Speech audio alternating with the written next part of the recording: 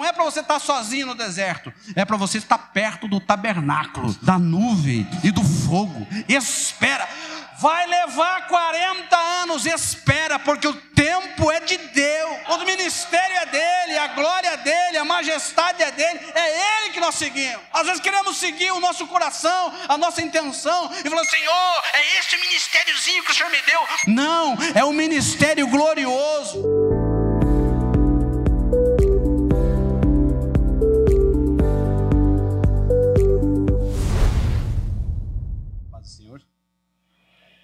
Pode estar sentados, por gentileza. Sou grato a Deus pelo convite, por estar mais uma vez aqui com os irmãos. Quero agradecer meu pastor Sérgio Melfior, meu amigo, pastor Eliseu Melfior. Agradecer meu irmão, né, que eu estou aqui porque eu sou irmão do pastor Anderson. Eu sempre arrumo uma vaguinha para o irmão, né? Mas a minha alegria é muito grande estar aqui do lado do pastor Marcelo Oliveira, né? Quase da minha família, tem o sobrenome igual, né? O pastor César Moisés. E hoje eu finalmente entendi aquele versículo que Jesus falou: dai a César o que é de César. E Jesus deu, né? Deu bastante para ele. E a nossa apostila está a partir da página 117, e como o pastor César Moisés já abriu o caminho aqui, eu também já vou avisando que eu não vou ler a apostila, né? Só alguns pedacinhos ou outro. Quando eu elaborei a apostila, eu elaborei com alguns objetivos. Um deles é tentar fazer um apanhado exaustivo ali do culto no Antigo Testamento, ou seja, ficou uma coisa muito comprida. Mas a minha intenção é que os irmãos tenham um material em mão e, se interessando por esse assunto, ali já está, digamos, uma pré-pesquisa, um esboço de pesquisa. O outro objetivo, na maneira como eu criei a apostila, foi apresentar um formato de sermão. E esse formato de sermão que eu adotei na apostila é um formato do livro do Charles Swindoll, Falando Bem, que é um livro de homilética do Charles Swindoll. Aí ele sempre se preocupa com essa questão de ilustração e aplicação prática em cada ponto do sermão e não deixando só para o final. Então eu quis contribuir também com os irmãos com um estilo, com uma estética de sermão, ainda que a minha parte seja hermenêutica. A apostila, ela fala sobre os principais eventos no Antigo Testamento a respeito da religiosidade de Israel. Mas nós precisamos, já de largada, dizer que a religião para os povos antigos não era uma coisa separada como é para nós. Nós temos a religião um tanto separada. E para eles não, a religião era o centro da vida deles, principalmente para a nação de Israel, que nasce da libertação do Deus de Abraão, de Isaac e Jacó. Então, a religião não era uma coisa separada, era uma coisa inserida dentro da cultura deles. Para formar uma nação, nós precisamos, é lógico que são outros elementos, mas os três principais: pessoa, e tinha a nação de Israel escravizada no Egito. Precisamos de território, e Deus estava levando eles para um território.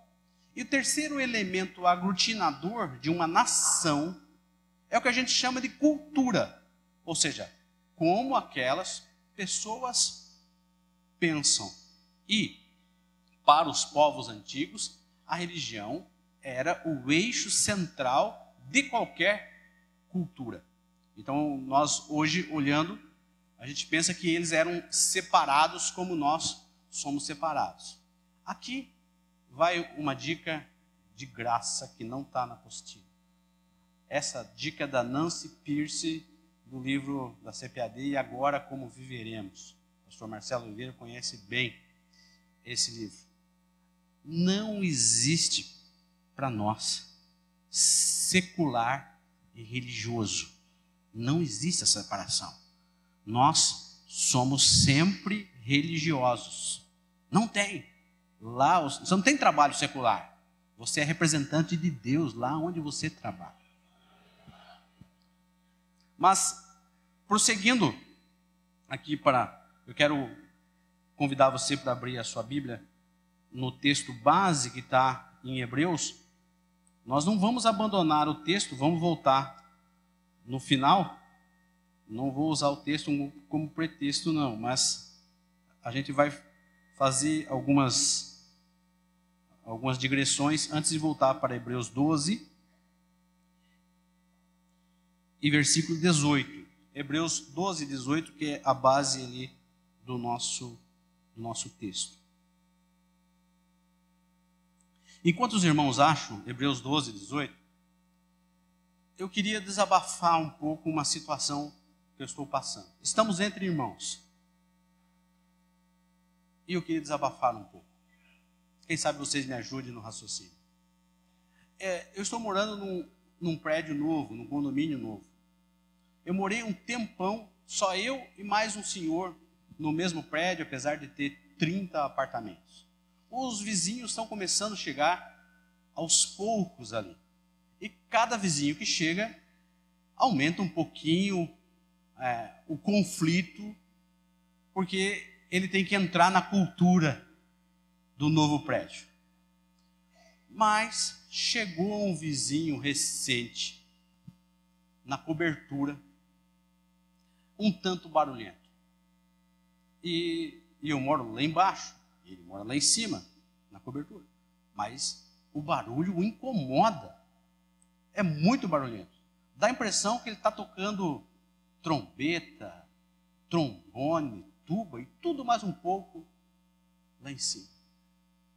E é de dia e de noite aqui.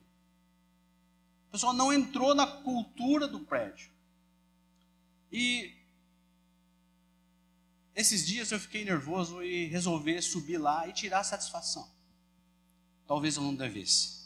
Talvez eu devesse me acalmar um pouquinho. Chamar o síndico. Mas o síndico não estava conseguindo. O síndico foi lá e voltou com medo. Falei, não, eu vou lá. Não pode? Eu vou lá.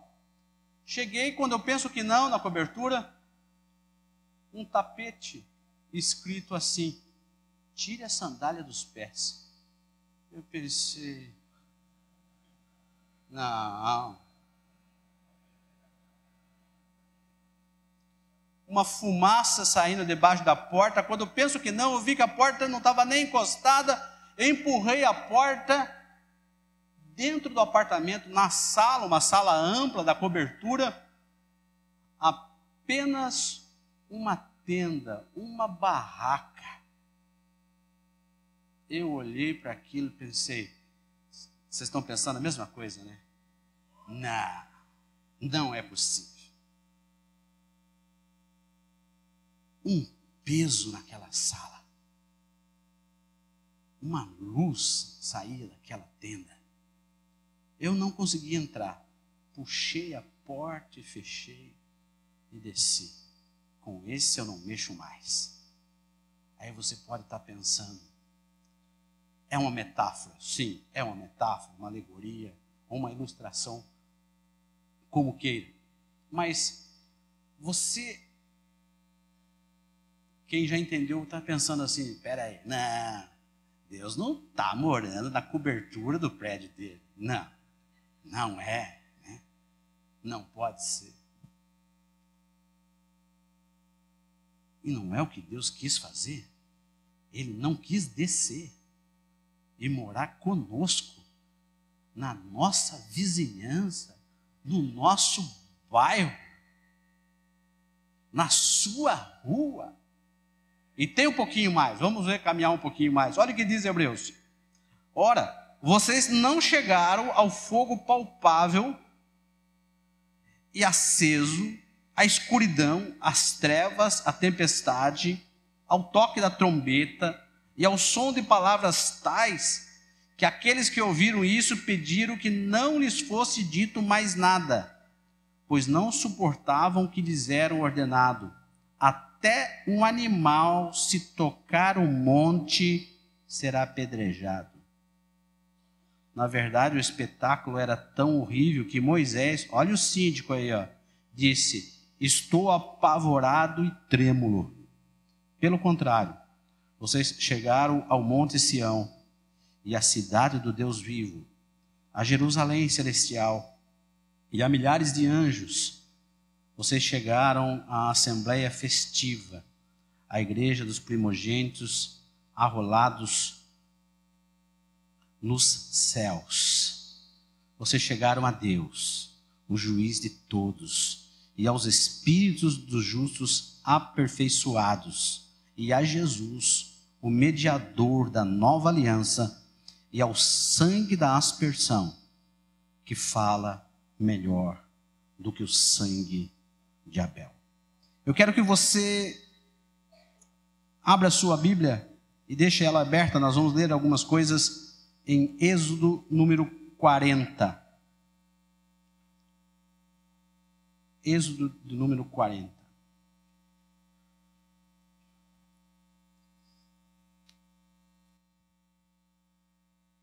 O contexto aqui do que o escritor aos Hebreus está traçando é de Israel no Monte Sinai. Vocês conhecem a história. Deus viu o sofrimento do povo e ele mesmo resolveu descer para dar livramento. Enviou Moisés lá e com 10 pragas, sendo a última praga a morte dos primogênitos, ele arrancou Israel do Egito. Tirou eles de lá. Naquela última noite, um silêncio, cordeiro assado, expectativa, sandália nos pés, roupa preparada, pão sem fermento, e o anjo do Senhor passou, e onde havia sangue fresco de cordeiro, no umbral da porta, ali dentro havia festa. E o povo foi tirado do Egito num dia só. Deus precisava formar uma nação, então ele arranca o povo, aquele povo escravizado. A Bíblia fala que eram mais de 600 mil homens a pé. Alguns falam numa população total de 2 milhões, até 3 milhões. Já vi alguns falando de 4 milhões de pessoas arrancadas numa única noite do Egito e colocado para caminhar em direção a Canaã. E eles começaram a caminhada debaixo desse poder de Deus, dessa manifestação. O salmista fala que eles foram arrancados lá com um braço forte. Eles foram arrancados com a potência de Deus. Não é nem com a mão, nem com o dedo, mas com o braço de Deus arrancados dali. E a história ela vai ficando muito bonita. Quando eles chegam diante do mar, não tinha como passar. O faraó mudou de ideia, veio atrás para matar. Mas vocês conhecem bem, os leitores da Bíblia, que Moisés orou, estendeu o cajado, o mar se abriu, o povo passou com os pés em seco. E eu sempre gosto, quando eu leio essa passagem, de imaginar as pessoas ali pisando o leito do mar. Não sei se estava com um pouco de barro ainda, da água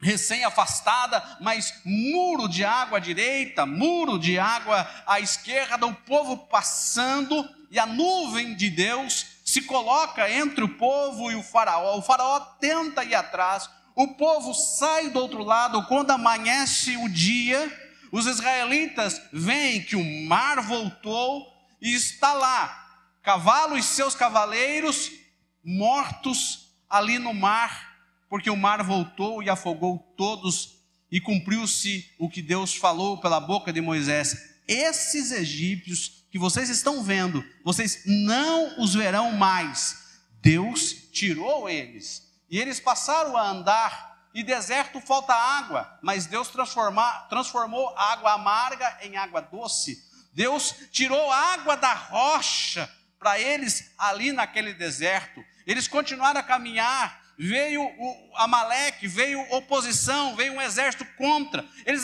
tinham acabado de sair do Egito, eram os escravos, não eram soldados profissionais, mas eles foram, lutaram, Moisés e Arão e Ur, no topo do monte, intercedendo, e o povo, pela espada de Josué, venceram. E eles chegaram então, veja bem, com 50 dias, chegaram com 50 dias, Pentecostes. No dia de Pentecostes, eles chegaram no Sinai.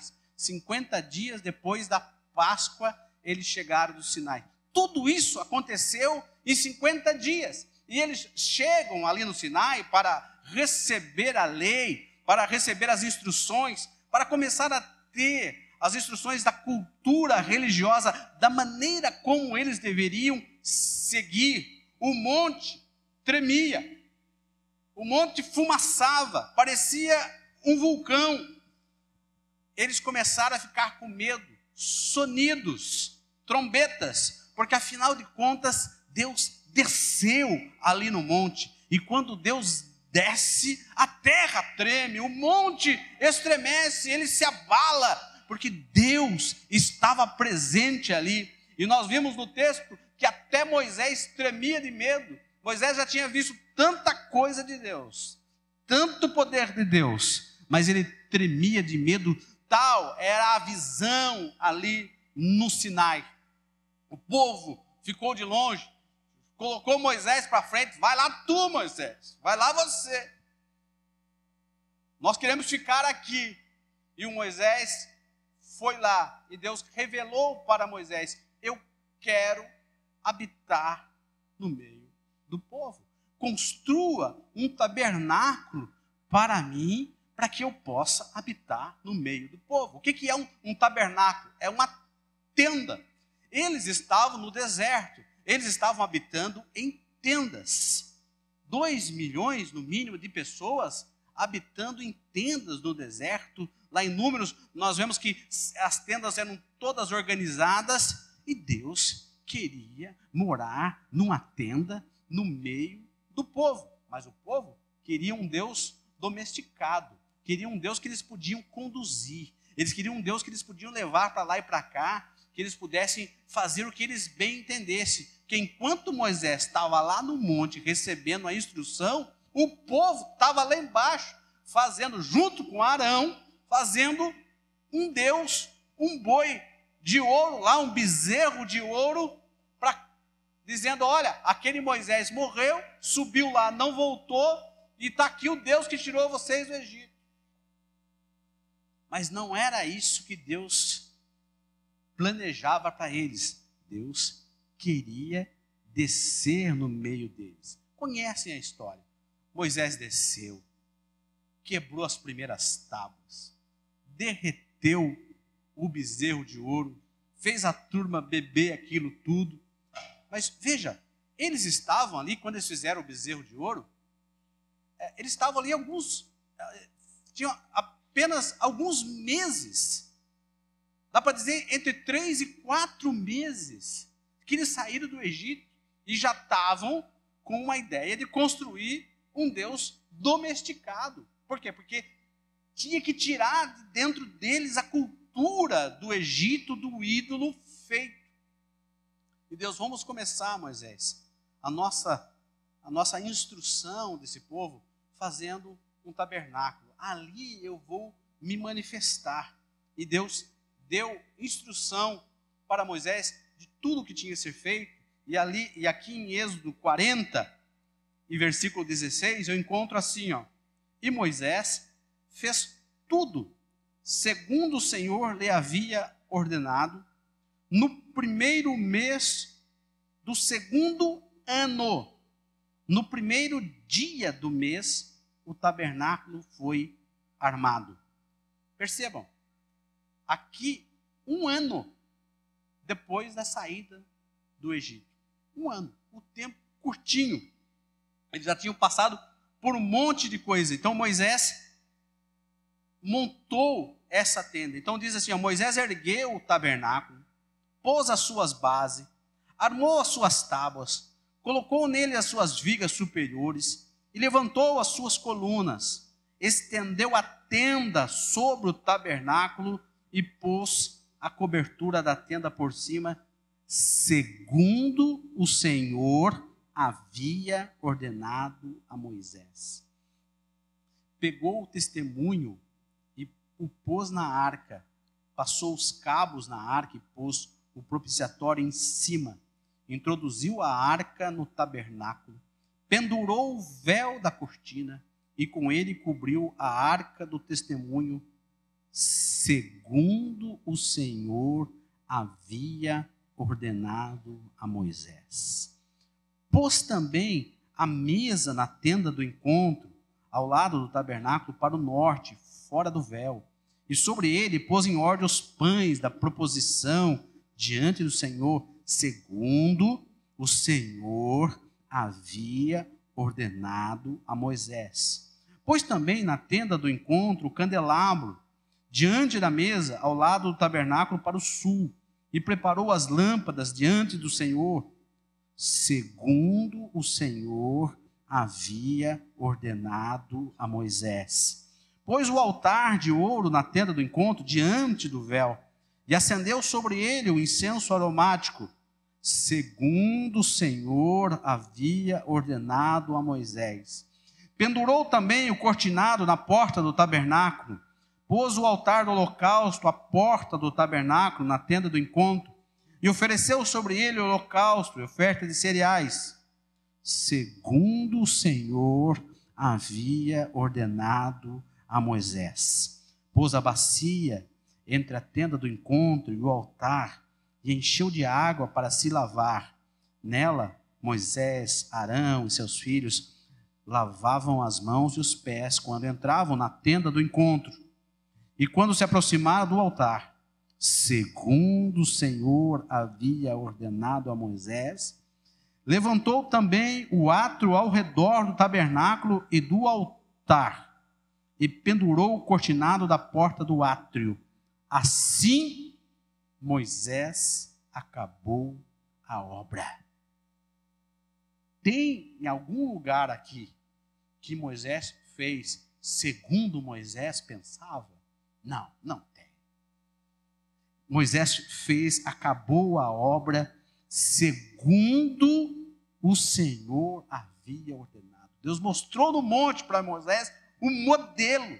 Faça, Moisés, como eu te mostrei no monte. Aqui eu aprendo o quê? Que o culto, a tenda do encontro, o encontro com Deus, ele tem ordem. Ele tem um padrão divino, o padrão da palavra. Não é qualquer coisa, não é feita como eu imagino, não é a minha tática, não é a minha esperteza. Não, tem um padrão. Porque quando você segue o padrão de Deus, acaba a obra, diz o texto, então a nuvem cobriu a tenda do encontro e a glória do Senhor encheu o tabernáculo. Moisés não podia entrar na tenda do encontro porque a nuvem permanecia sobre ela e a glória do Senhor enchia o tabernáculo. Quem sabe eu e você reclamamos algumas vezes: Senhor, cadê a sua glória que lemos no passado? Cadê a sua manifestação? A manifestação da glória de Deus só vem quando nós seguimos o padrão de adoração a Deus e armar uma tenda de encontro da maneira correta. Deus quer se encontrar conosco, mas Ele precisa que sigamos determinados padrões, porque Ele é um Deus que está acima no céu e nós aqui na terra. Ele é um Deus santo, puro e glorioso, e nós, como aprendemos aqui, pecadores, inúteis, pobres, cegos, nu, pó e cinza. Então, como nós vamos ter um encontro com esse Deus glorioso? A tenda do encontro era esse intermediário ali, intermediado por Moisés, e pelo Arão, o sumo sacerdote, aonde o povo poderia se aproximar um pouco e ver a nuvem. Glória aqui é majestade, é brilho, é esplendor, é a expressão exata de alguma pessoa, é aquilo que manifesta quem aquela pessoa é. Então, a nuvem de Deus, a glória de Deus encheu o tabernáculo de maneira que nem Moisés, que era amigo de Deus, que conversava com Deus face a face, podia estar diante dele. Olha o impacto. Eu gostaria que você imaginasse todas aquelas tribos ordenadas ali no deserto, acampados por tribo. 2 milhões de pessoas deve dar um tantinho de barraca, mas no meio, um lugar separado, que é o átrio, e ali, no meio desse átrio, desse quintal, podemos dizer assim, o tabernáculo, ou a tenda do encontro. A tenda, ela tinha em torno de 4,5 metros de largura e 13 metros de comprimento. Era pequena, não era grande. E dentro dessa tenda tinha uma mesa com os pães, no lugar santo, o candelabro à esquerda e o altar do incenso, bem na separação entre o santo e o santo dos santos. O lugar do santo dos santos era um cubo perfeito, 4,5 metros de comprimento, 4,5 metros de largura e 4,5 metros de altura.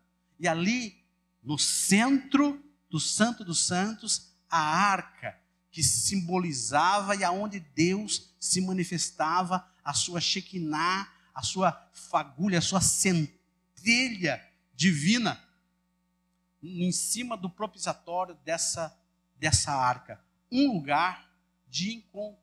Então, imagine o acampamento, crianças, homens, mulheres, ovelhas, o acampamento ocorrendo, e aquela tenda diferente ali, aonde Deus se manifestava. Deus estava dizendo para o povo de Israel, para mim e para você: eu quero morar na sua vizinhança. Eu quero morar no meio do povo. Olha a condescendência de Deus. Como o pastor Moisés estava explicando aqui a respeito da armatologia, tem uma passagem ali do texto que o pastor Moisés leu a respeito de depois que Adão e Eva pecou, que me chama muito a atenção e eu me apego naquilo. Deus veio conversar com eles. Eles tinham caído, mas Deus sabia, Ele não é surpreendido por nada, sabia e veio conversar com eles. Veio falar com eles. Olha que Deus nós servimos, que veio, e o texto termina, quando a nuvem, em cima do tabernáculo, tinha uma nuvem durante o dia, e fogo durante a noite, e diz o texto que quando a nuvem se levantava sobre o tabernáculo, os filhos de Israel seguiam adiante em todas as suas jornadas. Se a nuvem, porém, não se levanta, não seguiam adiante, até o dia que ele se levantava.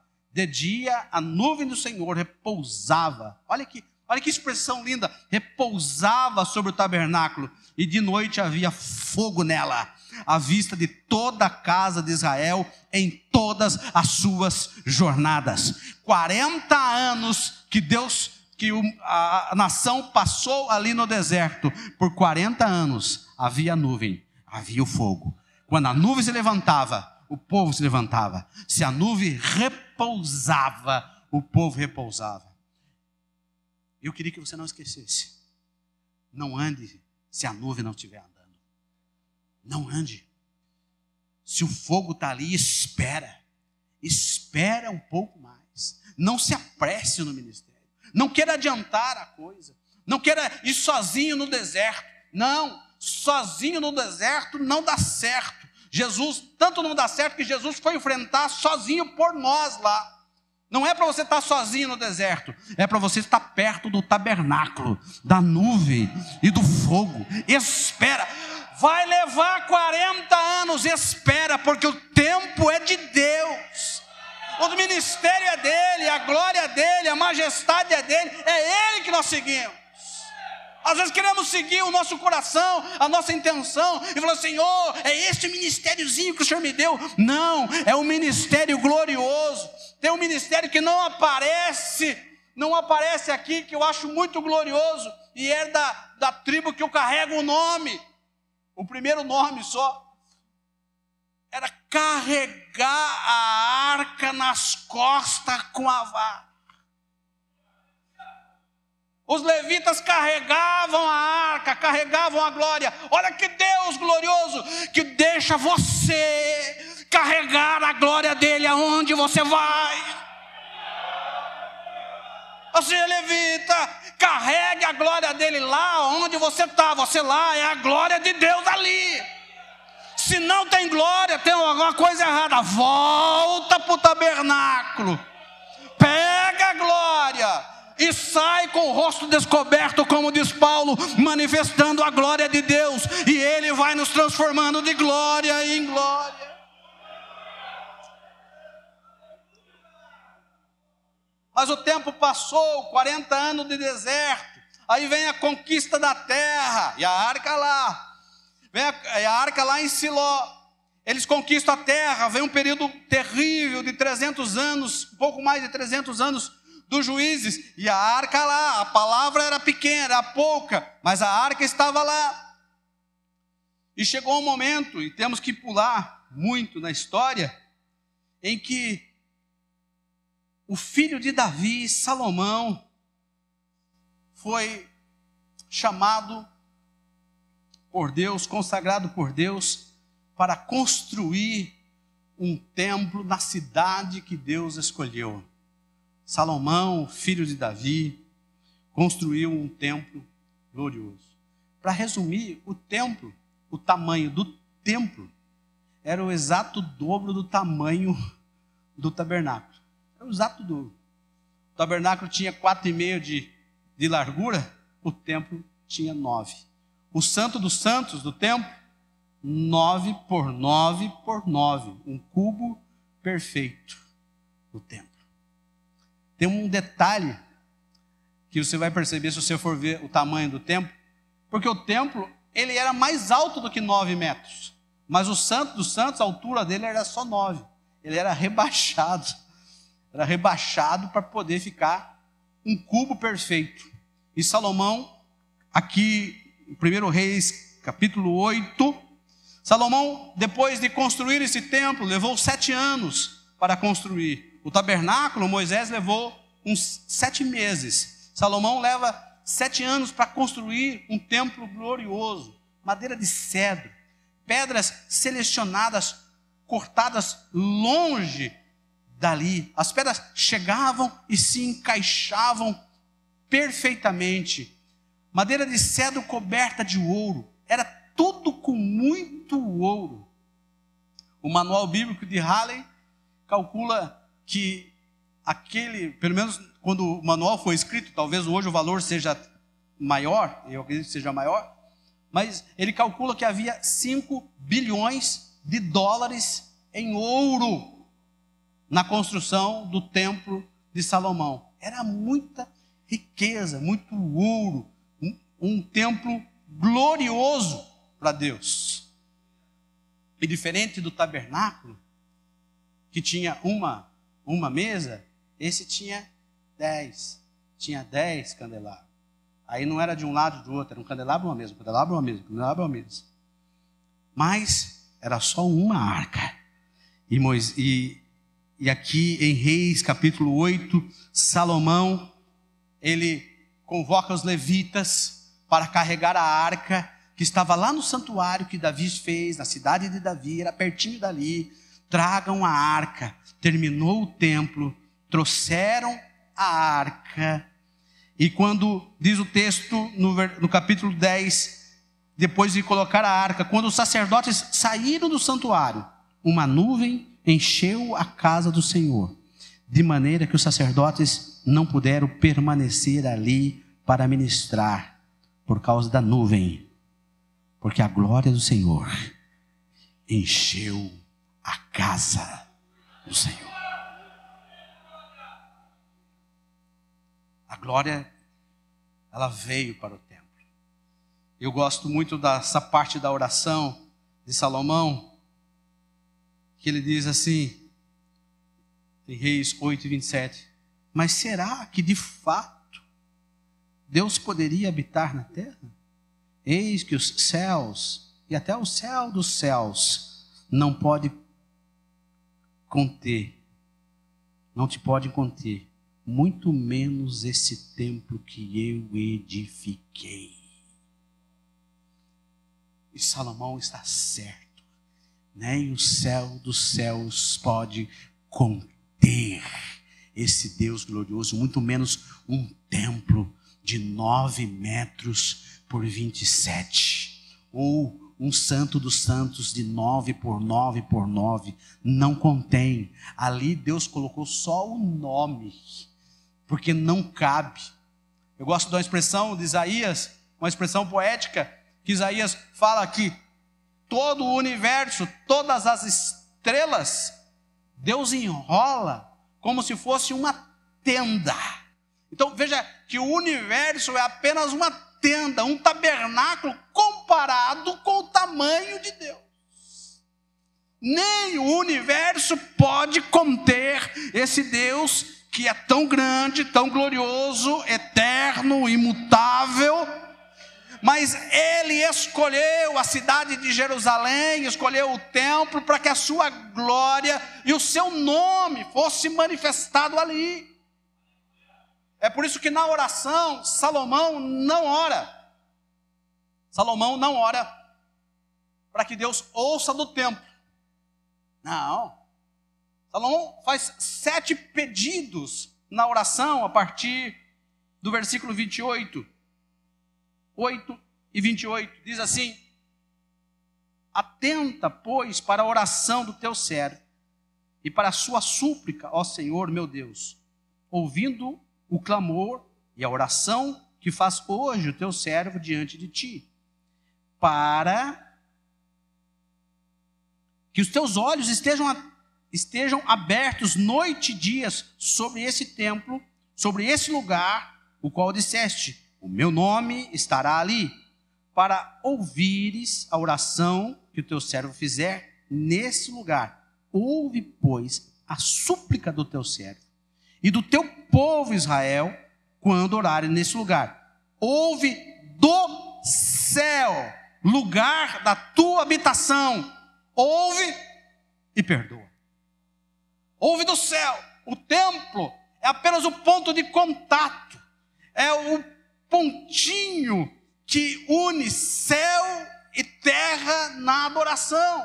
Era apenas o lugar onde o povo tinha um lugar fixo para as suas festas, para os sacrifícios. É o lugar do contato. Mas Deus continuaria ouvindo do céu, mas a glória dele desceu. E Salomão sacrificou mais de 140 mil animais na inauguração do templo. São 120 mil ovelhas, 22 bois, uma coisa assim. É muito. Pensa o tamanho do churrasco. E foi churrasco. Porque todo o povo reunido ali levou 14 dias para comer. Eles comeram em 7, sobrou carne, mais 7 dias de festa, então. Mas quando Salomão, lá em Crônicas você vai ver, que quando Salomão, ele oferece ali a primeira leva de sacrifício, ele acaba de orar, oferece a primeira leva, desceu fogo do céu e consumiu o sacrifício, Deus aprovando e dizendo, eu escolhi esse lugar, o meu ouvido vai estar atento, eu escolhi essa casa, a minha glória vai se manifestar. Lá em Levítico 9, nós aprendemos que no primeiro sacrifício, 8 dias depois da inauguração do tabernáculo, também o fogo desceu e consumiu a oferta. Mas o que eu acho, e aqui é uma lição para nós, nós estamos aqui diante de um templo bilionário. O homem mais sábio até então, Salomão. Com promessa de Deus. Que Deus se apresentou para ele. Fez uma inauguração gloriosa no capítulo 8. E eu queria que, se você está com a sua Bíblia aberta, nós só dá uma viradinha. Na minha Bíblia tem assim, ó, aliança de Deus com Salomão, em Reis 9. Aí tem outro, as demais atividades de Salomão. No capítulo 10 de 1 Reis, a rainha de Sabá visita Salomão. No capítulo 10 ainda, tem outro título aqui na minha Bíblia, as riquezas de Salomão. Aí quando nós viramos no capítulo 11 de Reis, o que tem aí o título na sua Bíblia? A idolatria de Salomão. Não durou nem 40 anos. Assim como o culto no tabernáculo, não durou muito tempo a forma de culto. Sempre houve um remanescente em Israel, é verdade. Mas a idolatria entrou rápido aqui. Salomão construiu em volta ali uns altares para os deuses das mulheres. Ele arrumou bastante. E era bastante altar. Tinha Deus para tudo quanto é gosto em Jerusalém. Olha que tristeza. Deus se propôs, falou assim: se você seguir na linha, se você ouvir, se você for como Davi, eu vou segurar você no trono, seu filho no trono, etc. Assim vai. Mas ouça bem. Seja fiel. Nós temos que tomar cuidado, irmãos. Tomar cuidado e não ficar cuidando da estrutura e esquecer da glória. Cuidado com a idolatria moderna aí. Se você não consegue desligar a televisão de vez em quando, cuida lá se não é idolatria. Tem gente idolatrando dinheiro, tem gente idolatrando rede social. Idolatra fulano, beltrano, cuidado com a idolatria. A idolatria moderna está por aí. Os deuses, às vezes, não mudou nem de nome. A Diana dos Efésios, ela continua se chamando Diana. A única diferença é que é Diana, Mulher Maravilha. Mas é a mesma, não aquela uma, atriz. Mas é a mesma. Alguns só mudou de nome. Cuidado com a idolatria aí. Nós fazemos parte de uma igreja com boa estrutura, com boa palavra, a glória de Deus se manifesta, mas porta fora, toma cuidado. Não fique pensando, eu senti a glória, amanhã é sábado, mas a segunda-feira vai chegar, onde não tem mais culto, não tem mais palavra, e como disse o pastor, o pecado fica na porta esperando para te assaltar. A outra condescendência de Deus que eu acho importante é que quando Caim matou Abel, olha só, Deus foi conversar com Caim, foi aconselhar Caim, cuidado, olha o que você fez, o teu pecado está sempre à porta. Não, refletindo um pouco mais, ou melhor, corrigindo o meu erro, antes de Caim matar Abel, quando Caim já estava no coração ali, aquele ciúme, Deus falou assim: cuidado, Caim, o pecado jaz à porta, você tem que dominá-lo. E Caim não seguiu o conselho de Deus, e o pecado assaltou, e ele se tornou um assassino. Você não está livre, não. Esses dias, amados, fiz uma audiência criminal, e do outro lado da tela, no presídio, uma pessoa, o processo era simples, era estelionato, mas ele estava preso, e uma das perguntas que se faz é: por que o senhor está preso? Ele falou assim: eu estou preso porque matei a minha esposa, peguei 30 anos de cadeia, um senhor da minha idade, e o contexto ali do processo daquele estelionato é que ele enganou outro irmão. E a vítima deu testemunho, dizendo assim: olha, eu acabei caindo na lábia dele, porque ele era muito amigo do pastor, o pastor me garantiu que era gente boa, eu acabei fazendo negócio com ele, ele me logrou. Lá atrás, ele era da igreja, era obreiro da igreja, enganou o irmão, e anos depois, porque o homicídio foi anos depois, matou a esposa. Veja só, ele estava ali dentro do templo, mas deixou a idolatria encher o seu coração. Você não é mais sábio que Salomão, vamos se cuidar. E Salomão, aquilo ali teve consequência. Os irmãos conhecem a história. Deus foi tolerando. Às vezes vinha um rei bom, mas a maioria era ruim. Deus foi tolerando, mas chegou um momento em que Deus, não, chega, eu vou retirar a minha glória do templo. E no ano 586 a.C., a glória sai do templo. Ezequiel vê que a glória sai, e acabou, e foi-se a glória. A glória saiu do templo. E Nabucodonosor destruiu o templo.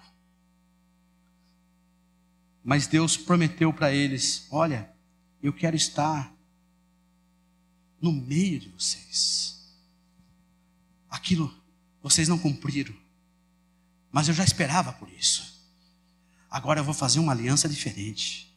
Eu vou fazer uma aliança nova. Eu não vou escrever mais em tábua de pedra. Eu vou escrever a minha lei no seu coração.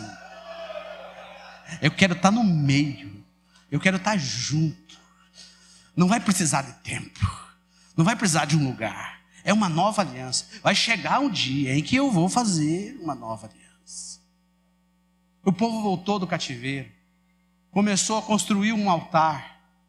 Mas a obra do templo não ia. Levaram uns 20 anos. Mas no exatos 70 anos depois da destruição, por volta do ano 516 a.C. Aqui eu encontro em Esdras, capítulo 6, versículo 16, dizendo assim: os filhos de Israel, os sacerdotes, os levitas e o restante dos exilados celebraram com alegria a dedicação desta casa de Deus. Olha só, para a dedicação desta casa de Deus, ofereceram 100 novilhos, 200 carneiros, 400 cordeiros e 12 cabritos para oferta pelo pecado de todo o povo de Israel, segundo o número das tribos de Israel. Estabeleceram os sacerdotes nos seus turnos e os levitas nas suas divisões para o serviço de Deus em Jerusalém, segundo está escrito no livro de Moisés. Eles reconstruíram. Mas olha só, olha o tamanho do sacrifício. Lembra de Salomão? Mais de 100 e poucos mil. Aqui não deu 1000. Era muito simples. Eles perderam muita coisa. Não tinham muita dos utensílios do templo. Aqui em Ageu, no capítulo 2, bem conhecido, nós aprendemos que aquelas pessoas que tinham visto o primeiro templo, tinha alguns vivos ainda, eles começaram a chorar. Mas olha aí, olha que simplicidade. Que coisa simples, cadê o ouro? Como quem diz, cadê a glória? Cadê a glória dessa casa? Que coisa simples. Olha só, porque eles foram dizimados pela idolatria. Deus cobrou o preço na nação.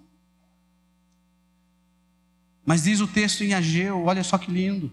Ageu 2, no segundo ano do reinado de Dario, no 7º mês, no 21º dia do mês, a palavra do Senhor veio por meio do profeta Ageu, dizendo: fale agora a Zorobabel, filho de Salatiel, governador de Judá, e a Josué, filho de Josadaque, o sumo sacerdote, e ao remanescente do povo, dizendo: quem de vocês que tenha sobrevivido contemplou esse templo na sua primeira glória? E como vocês o veem agora? Por acaso não é como nada aos olhos de vocês? Mas agora, o Senhor disse: seja forte, Zorobabel. Seja forte, Josué, filho de Josadaque, o sumo sacerdote. E vocês, todo o povo da terra, sejam fortes, diz o Senhor, e trabalhem, porque eu estou com vocês, diz o Senhor dos exércitos. Segundo a aliança que fiz com vocês, quando saíram do Egito, o meu Espírito habita no meio de vocês. Não tenham medo, pois assim diz o Senhor dos exércitos: daqui a pouco, mais uma vez, eu farei tremer o céu, a terra e o mar e a terra seca.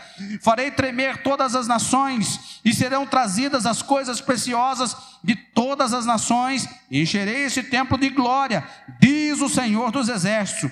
Minha é a prata, meu é o ouro, diz o Senhor dos exércitos. A glória desse novo templo será maior do que a do primeiro, diz o Senhor dos exércitos, e neste lugar darei a paz, diz o Senhor dos exércitos. Deus está dizendo assim: não se preocupe com o ouro, todo ele é meu. Não se preocupe com a prata, toda ela é minha. Porque o que importa não é a beleza da casa, mas a glória de Deus presente. É o Espírito de Deus no meio.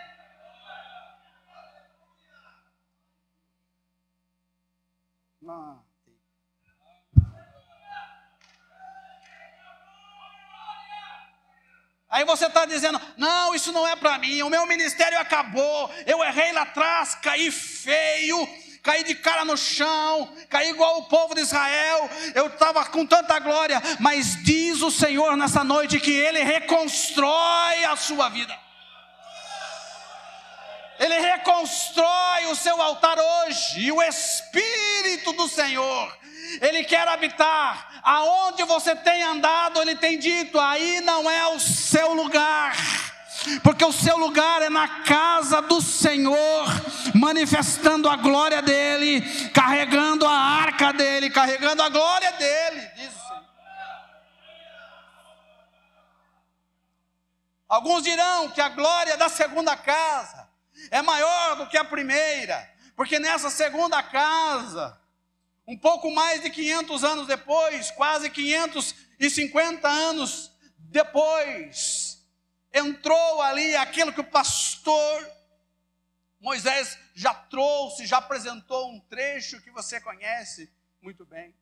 Eu gosto muito, muito, muito da passagem de João, capítulo 1, e versículo 14 do seu evangelho, que diz: e o Verbo se fez carne e habitou entre nós, e vimos a sua glória, glória como do unigênito do Pai, cheio de graça e de verdade. O que eu acho bonito nesse texto, que a expressão habitou, o sentido ali é tabernaculou, é dizer, o Verbo montou a sua tenda, o seu tabernáculo no meio. Ele mesmo veio para resgatar. E vimos a sua Shekinah, de João. João, na sua primeira carta, no primeiro capítulo, no primeiro versículo, diz: e nós vimos a glória dele, nós apalpamos a glória dele, nós andamos com ele, estava junto com ele, e esse Verbo, esta tenda, um dia entrou nesse novo templo, que não tinha o ouro de Salomão, tinha a glória de Herodes, que reconstruiu em volta, mas a glória de Herodes é nada, porque a glória do mundo passa, mas entrou ali a tenda, o tabernáculo de Deus entre os homens, o mediador, o único mediador entre Deus e os homens, Jesus Cristo, o homem, andou em volta daquele tabernáculo.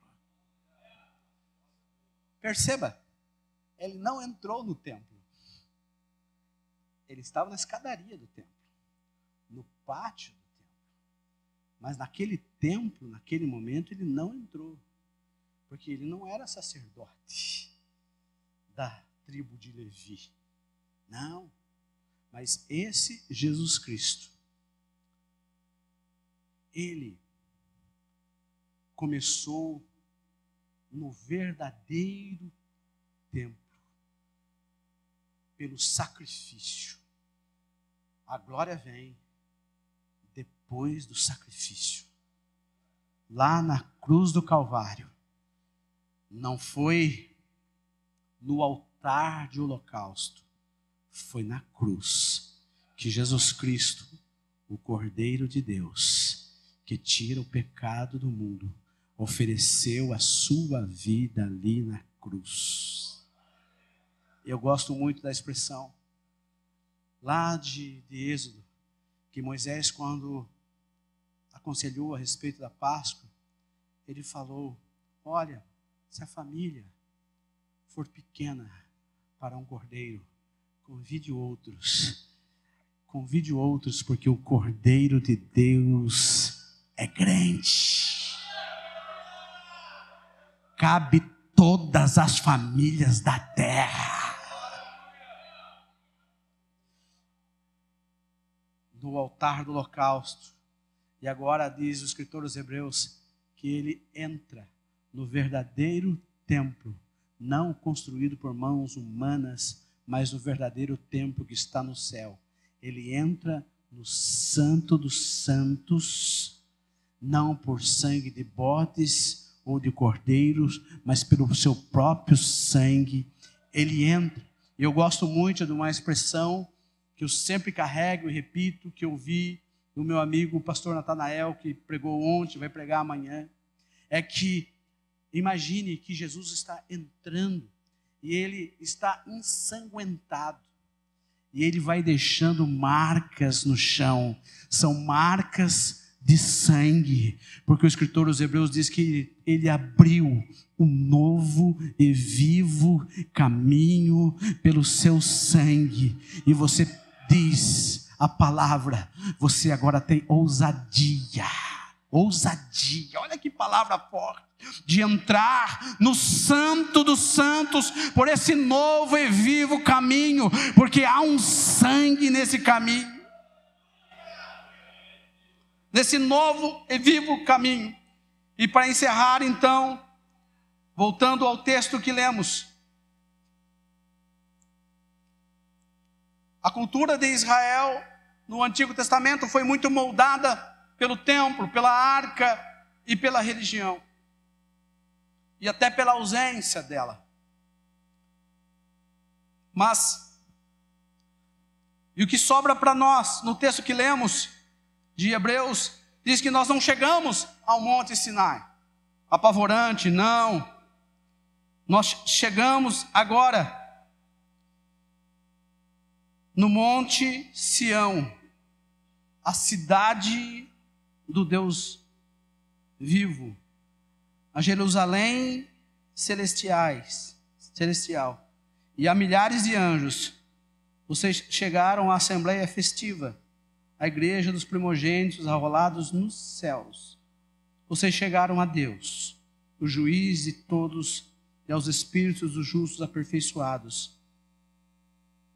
E aqui eu quero que você guarde.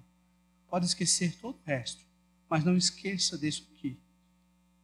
E a Jesus, o mediador da nova aliança, e ao sangue da aspersão, que fala melhor que o sangue de Abel. Porque o sangue de Abel clama e clamava por justiça, mas o sangue de Cristo, ele está dizendo: tem paz. Você tem paz com Deus. Eu quero convidar você para se colocar de pé.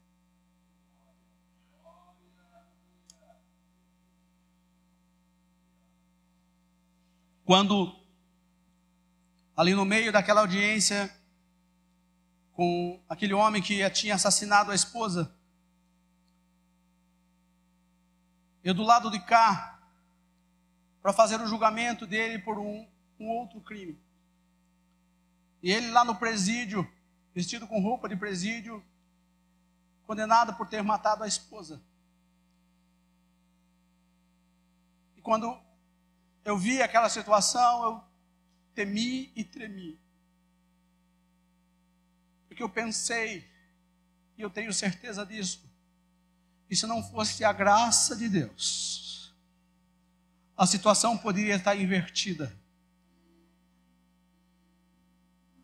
Eu não sou melhor do que ele. Não. Nós não somos melhores que os condenados. Não somos. Mas a graça de Deus te tem alcançado. O sangue de Cristo te tem alcançado. Assim como tem alcançado muitos condenados lá dentro dos muros dos presídios. Essa graça tem ido lá. Esse sangue que fala melhor. É um sangue que fala. Um sangue que fala pela sua vida. Jesus, ele é mediador. Ele está no meio do caminho. Entre Deus e você. Nós não temos condições. Mas Jesus, ele se fez pecado por nós. Para que nós pudéssemos entrar agora na presença de Deus. Receber da glória. Receber da graça. Receber da majestade. Receber o ministério de pregar as insondáveis riquezas de Cristo. E é você.